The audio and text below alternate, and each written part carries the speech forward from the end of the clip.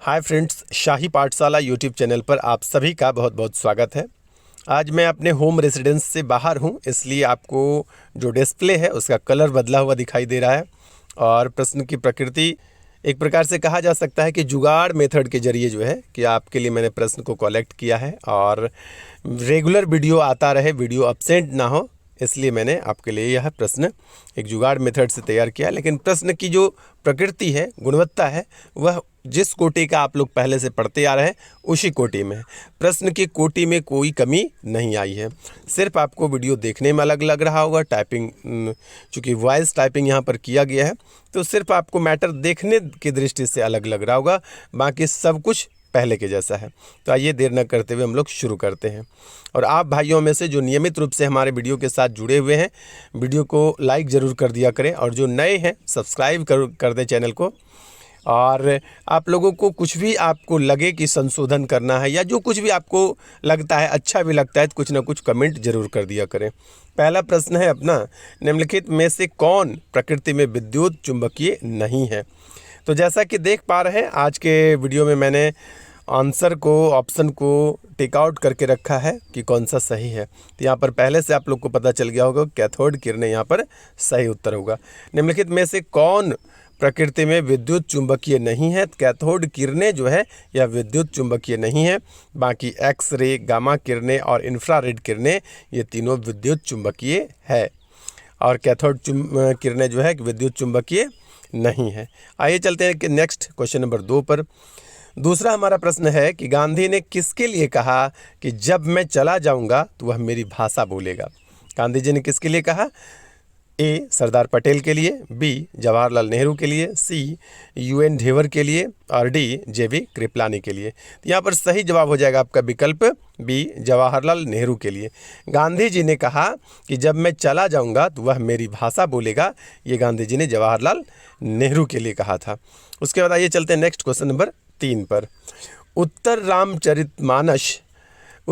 रामचरित यहाँ मानस भी होना चाहिए। उत्तर रामचरित मानस किसकी रचना है? उत्तर रामचरितमानस किसकी रचना है? तो जैसा कि आप देख पा रहे हैं कि भवभूति की रचना है उत्तर रामचरितमानस।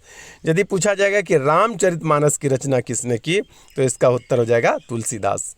अलग प्रश्न है, उत्तर रामचरितमानस की रचना भवभूति ने किया और सिर्फ रामचरितमानस की रचना तुलसीदास ने किया, और वाल्मीकि ने रामायण की रचना की है। ठीक ना, वाल्मीकि ने रामायण की रचना की है। यानी रामायण के रचिता यदि आपसे प्रश्न पूछ दिया जाएगा तो आप कहेंगे वाल्मीकि जी ने। उसके बाद आइए चलते हैं नेक्स्ट क्वेश्चन नंबर 4 पर। क्वेश्चन नंबर 4 हमारा कहता है, निम्नलिखित में से किस सुल्तान के दरबार में सबसे अधिक गुलाम रहते थे? दिल्ली सल्तनत में, जैसा कि आप लोग जानते हैं, गुलाम वंश से शुरू होता है। तो आपको बताना है कि किस सुल्तान के दरबार में सबसे ज़्यादा अधिक संख्या में गुलाम रहते थे। तो जैसा कि आप लोग देख पा रहे हैं कि पहले से टिक आउट किया हुआ है, फिरोज शाह तुगलक के समय में सबसे अधिक गुलाम रहते थे।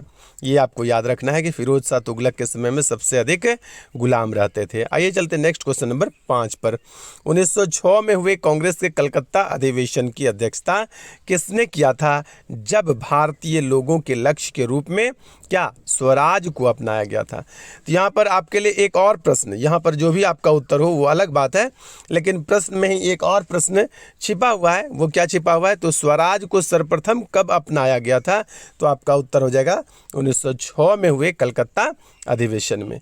इस अधिवेशन की अध्यक्षता किसने की थी? तो इस अधिवेशन की अध्यक्षता दादा भाई नौरोजी ने किया था। दरअसल 1906 के ही कलकत्ता अधिवेशन में गरम दल और नरम दल के बीच फूट दिखाई देने लगा था।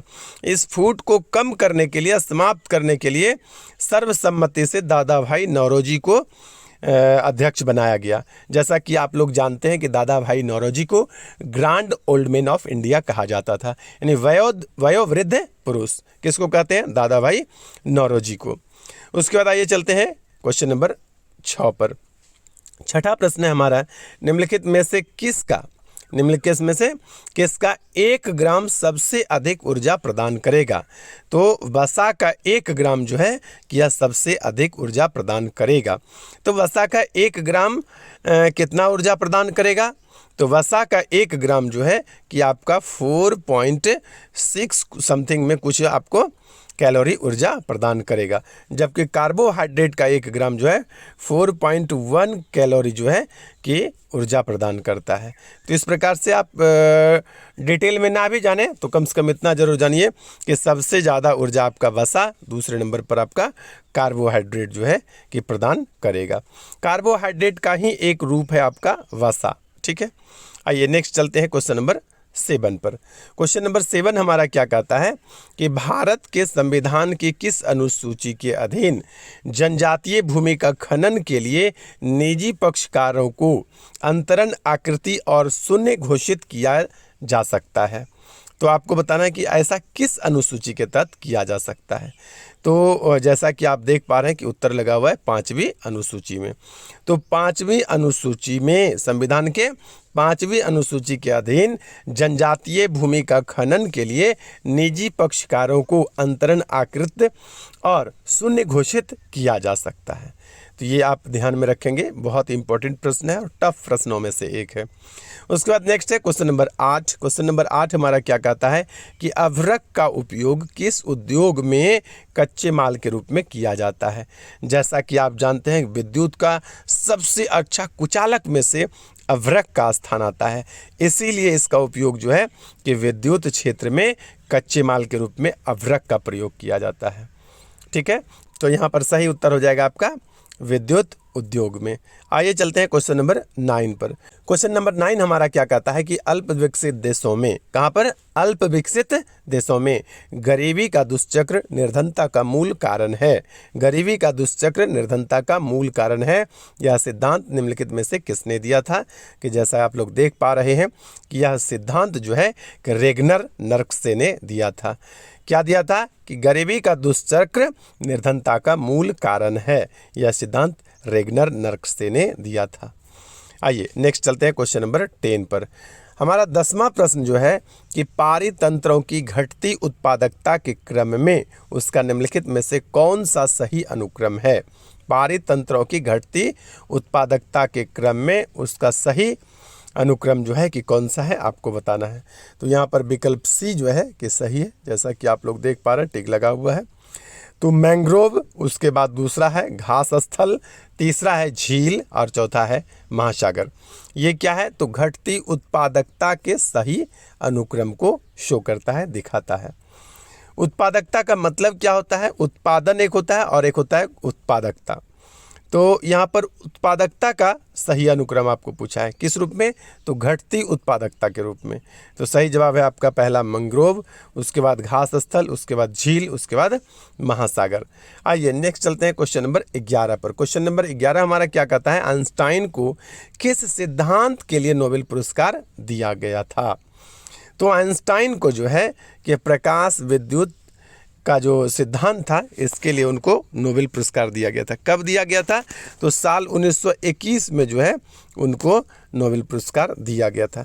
सापेक्षता का भी सिद्धांत जो है यहाँ आइंस्टीन ने ही दिया है। तो सापेक्षता के सिद्धांत आइंस्टीन ने दिया है, प्रतिपादित किया है, लेकिन इसके लिए उन्हें नोबेल प्राइज़ नहीं दिया गया। नोबेल प्राइज़ किसके लिए दिया गया है? तो प्रकाश विद्युत प्रभाव के लिए, प्रकाश विद्युत के सिद्धांत के लिए उनको नोबेल प्राइज़ मिला है। कब मिला है? 1921 ईस्वी में। आइए नेक्स्ट चलते हैं क्वेश्चन नंबर 12 पर। निम्नलिखित में कौन सा सुमेलित नहीं है? आपको बताना है कि कौन सा सुमेलित नहीं है। तो यहाँ पर 3 आपका सुमेलित है। चित्रावली किसने लिखा है? तो उस्मान ने। मृगावती किसने लिखा है? कुतुबन ने। मधुमालती किसने लिखा है? तो मंझन ने। लेकिन हंस जवाहिर जो है कि नूर मोहम्मद ने नहीं लिखा है, ये आपका गलत है। तो पूछा था कि कौन सा नहीं है, तो यहाँ पर जो गलत है वही उत्तर होगा। तो यहाँ पर उत्तर हो गया आपका विकल्प बी। निम्नलिखित में से कौन सुमेलित नहीं है? तो बी सुमेलित नहीं है। आइए चलते हैं क्वेश्चन नंबर 13 पर। हमारा क्वेश्चन नंबर 13 का कहना है कि निम्नलिखित में से किस अर्थव्यवस्था में, आपको बताना है कि किस अर्थव्यवस्था में उत्पादन का स्वामित्व व्यक्तिगत होता है? उत्पादन का स्वामित्व व्यक्तिगत होता है किस अर्थव्यवस्था में? तो सही जवाब हो जाएगा यहाँ पर पूंजीवादी अर्थव्यवस्था में उत्पादन का जो स्वामित्व होता है वह व्यक्तिगत होता है। व्यक्तिगत का मतलब पर्सनल होता है, किसी एक व्यक्ति के पास रहता है उत्पादन का स्वामित्व। अच्छा, समाजवादी अर्थव्यवस्था में क्या होता है तब? यदि पूंजीवादी में व्यक्तिगत होता है तो समाजवादी में क्या होता है?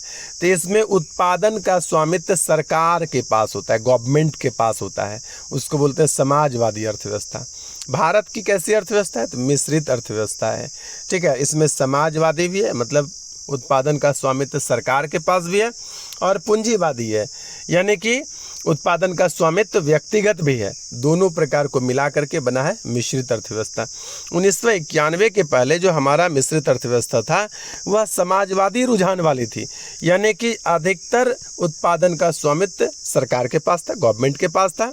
लेकिन जब 1991 में वैश्वीकरण का दौर आया, विश्व आर्थिक मंदी का दौर आया, तो उस समय वित्त मंत्री मनमोहन सिंह थे, तो उसी टाइम किया गया कि भारत के बाजार को विश्व के लिए खोल दिया गया और एलपीजी लागू किया गया, ठीक है।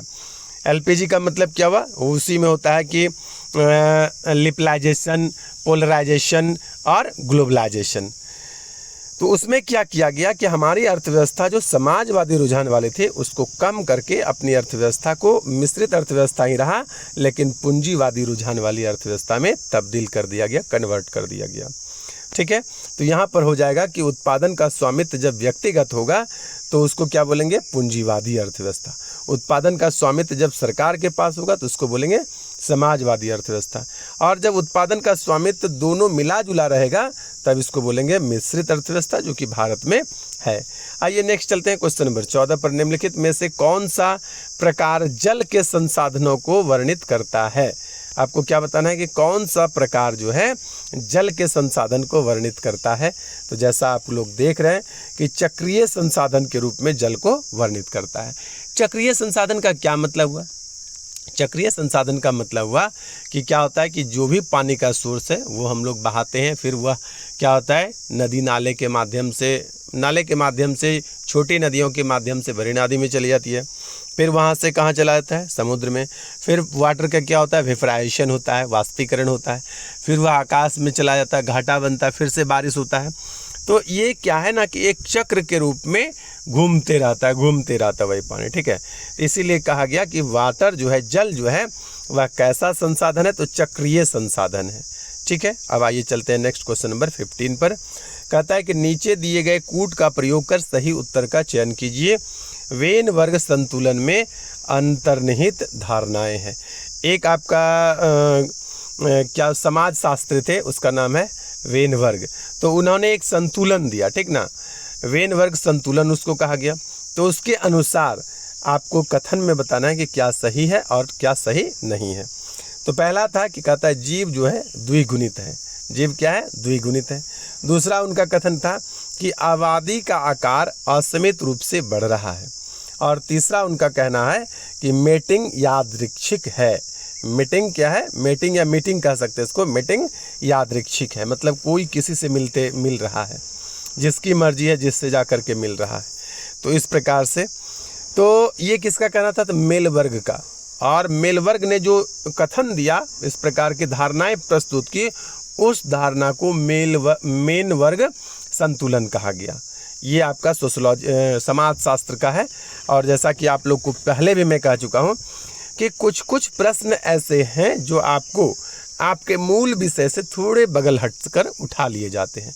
तो इस प्रकार की बातों को ध्यान में रखते हुए मैंने कभी कभी एक आध प्रश्न आप लोग को सोशोलॉजी से, कभी एंथ्रोपोलॉजी से, तो कभी पब्लिक एडमिनिस्ट्रेशन से एक आध प्रश्न कभी कभार शामिल कर लेता हूँ, ठीक है। तो आज भी मैंने एक प्रश्न को शामिल किया है। तो इसका उत्तर क्या होगा कि यहाँ पर तीनों जो है 1, 2 और 3 तीनों कथन जो है मेल वर्ग संतुलन से लिया गया। तीनों कथन सही है, ठीक है। आइए चलते हैं नेक्स्ट आपका क्वेश्चन नंबर 16 पर। यहाँ पर है कि सूची 1 को सूची 2 से मिलाएं और नीचे दिए गए कूट से सही उत्तर का चयन करें। तो नीचे दिए गए कूट से सही उत्तर का चयन करना है। सूची 1 में क्या दिया हुआ है? तो जीव मंडल अभ्यारण्य दिया हुआ है। और दूसरे में क्या दिया हुआ है? राज्य का नाम दिया हुआ है। ए में है आपका देहांग देवंग, ठीक ना, इसको देहांग भी लोग पढ़ते हैं। तो दिहांग देवंग जो है ये कहाँ पर है, तो दिहांग देवंग जो है यह अरुणाचल प्रदेश में है। वन्यजीव अभयारण्य कहाँ पर है, दिहांग देवंग अरुणाचल प्रदेश में। दूसरा आपका मानस, जैसा कि आप लोग जानते हैं कि मानस वन्यजीव अभयारण्य जो है यह असम में पड़ता है। काजीरंगा और मानस दोनों कहाँ पर है, असम में। तीसरा है आपका नोकरेक, कहाँ पर है, तीसरा नोकरेक, ये मेघालय में पड़ता है। नोकरेक कहाँ पर पड़ता है, मेघालय, नोकरेक मेघालय।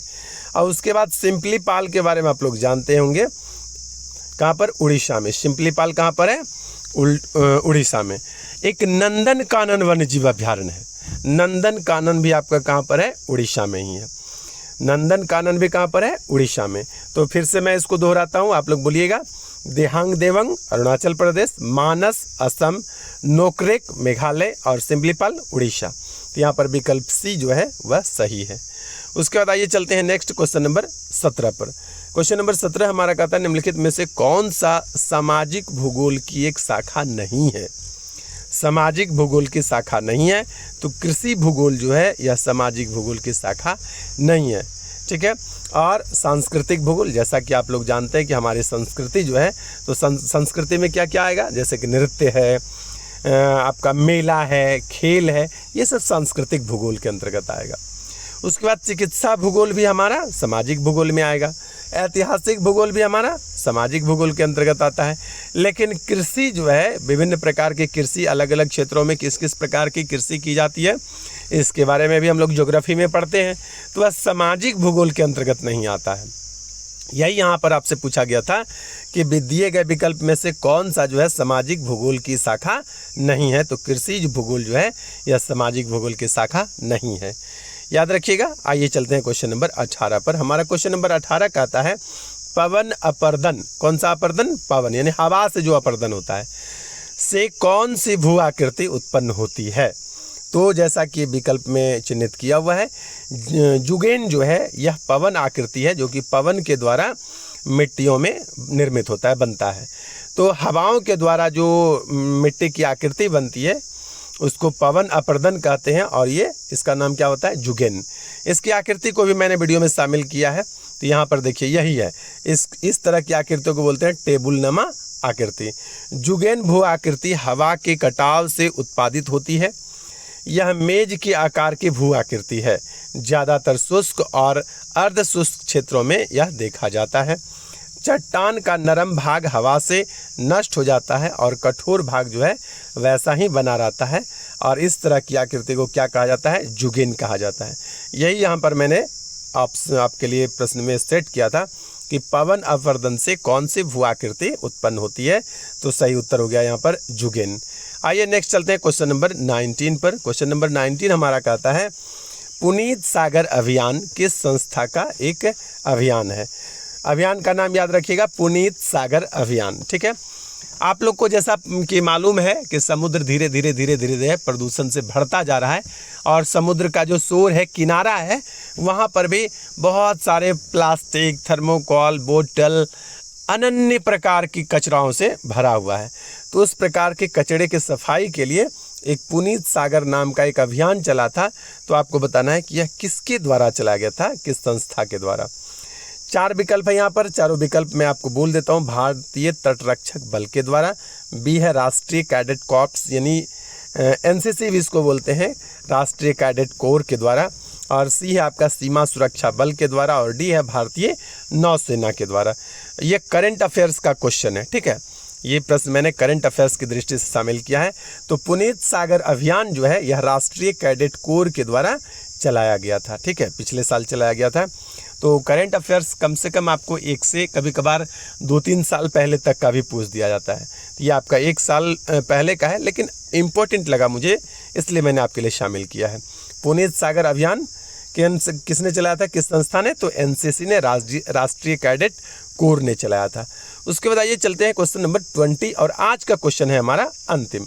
20-20 प्रश्नों का सेट मैं आपके लिए लाता हूँ, क्योंकि मेरे पास एक बड़ा टीम नहीं है और सभी काम लगभग मुझे अकेले करना पड़ता है, इसलिए रेगुलर भी वीडियो आए, एब्सेंट ना हो, और एक एक प्रश्न के कलेक्शन पर मैं समय देता हूं। ऐसा नहीं कि कहीं से उठाया और आप लोगों के लिए वीडियो में सेट किया और बोल दिया। ऐसा मैं नहीं करता हूँ, एक एक प्रश्न का अध्ययन करता हूँ ध्यान से।